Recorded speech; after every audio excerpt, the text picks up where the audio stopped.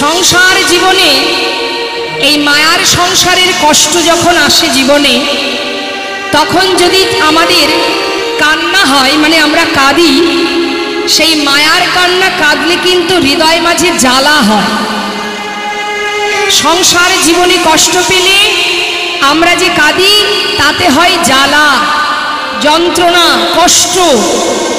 কিন্তু কেউ যদি ভগবানের চরণে কাঁদে, কেউ যদি তার কাছে দুঃখ জানায়, কেউ যদি তার কাছে মনের কথা প্রকাশ করে, তখন যদি কারোর চোখে জল আসে, দেখবেন সেই জলে, সেই যে প্রভুর চরণে আমরা কাঁদছি, তাতে কি হয়? হৃদয় মাঝে তৃপ্তি আসে, শান্তি হয়। হরিনাম শুনতে বসে যদি কেউ কাঁদে, তাতে শান্তি হয়। কেন হয় মা? সংসারে বসে কাঁদলে কষ্ট হয়, যন্ত্রণা হয়, আর প্রভুর চরণে কাঁদলে শান্তি হয়। কেন হয়? দেখবেন কেউ যদি মনের কথা, মনের দুঃখ, মনের কষ্ট আপন জনার কাছে বলতে পারে, দেখবেন তার একটু শান্তি হয় মনে, তাই না? তাহলে সে আমার আপনজন। সংসারে আপনার দুঃখ কাউকে জানাবেন, সে আপনাকে 10 কথা শুনিয়ে দেবে, তাতে আপনি শান্তি পাবেন না, বরং জ্বালা দ্বিগুণ হবে। হরিবল। কিন্তু সে এমনই একজন, যার কাছে কাঁদলে, যার কাছে দুঃখ জানালে মনের মধ্যে তৃপ্তি হয়, শান্তি হয়, মনের জ্বালা জুড়িয়ে যায়।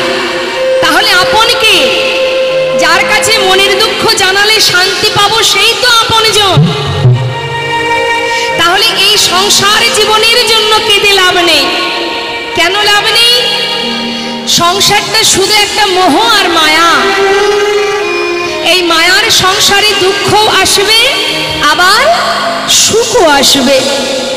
সুখ দুঃখ দুই ভাই আসবে। কাউকে আপনি চিরকাল পাবেন না, না সুখকে পাবেন না দুঃখকে পাবেন।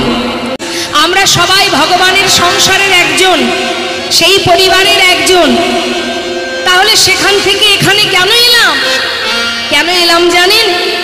কিয়ে মানুষ পশু পাখি কিয়ে জনমিয়ে, অথবা কীট পতঙ্গ কর্ম বিপাকে গতাগতি পুনঃ পুনঃ মতিরহুতুয়া পরসঙ্গ। অর্থাৎ কর্মের বিপাকে, কর্মের বিপাকে বারবার এই মর্তধামে আমাদের মানব দেহ পেতে হচ্ছে।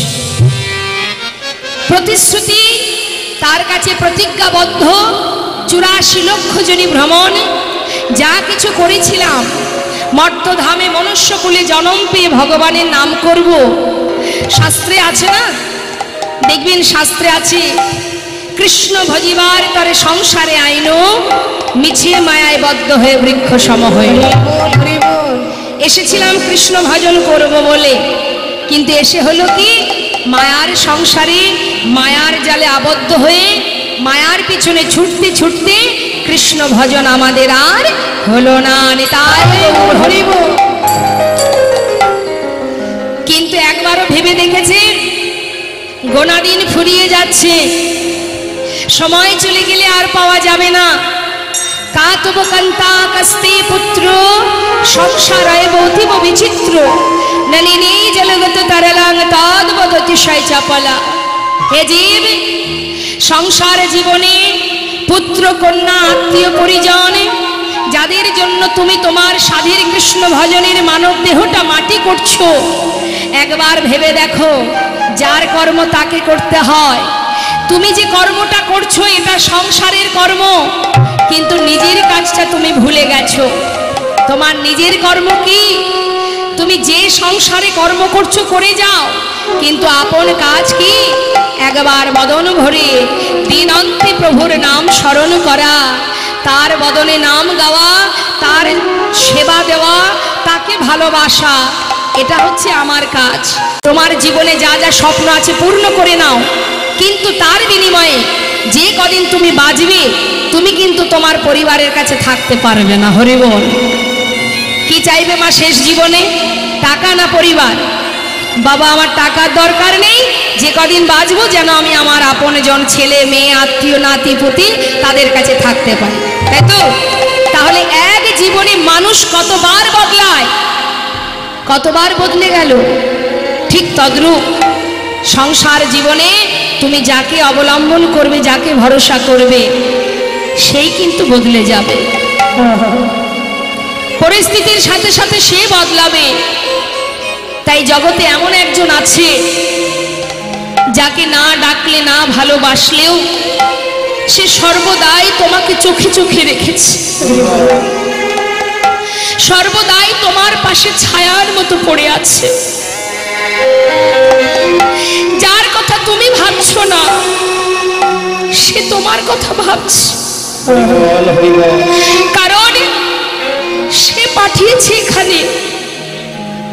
অর্থাৎ যিনি আমাদের পিতা, যিনি বসে আছে এই মন্দিরে, সর্বদাই তোমার পাশে আছে।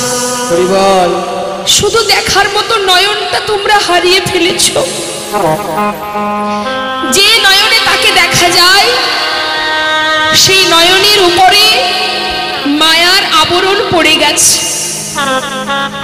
তাই মায়ার জালে বাধা পড়ে সংসারে যাদের প্রতি তুমি ভরসা করছো, যেদিন তারা তোমাকে ঘর ছেড়ে পথে নামিয়ে দেবে, যেদিন তোমায় কষ্ট দেবে, দুঃখ দেবে, যন্ত্রণা দেবে, সেদিন তুমি বুঝতে পারবে কে তোমার আপন, কে তোমার পর।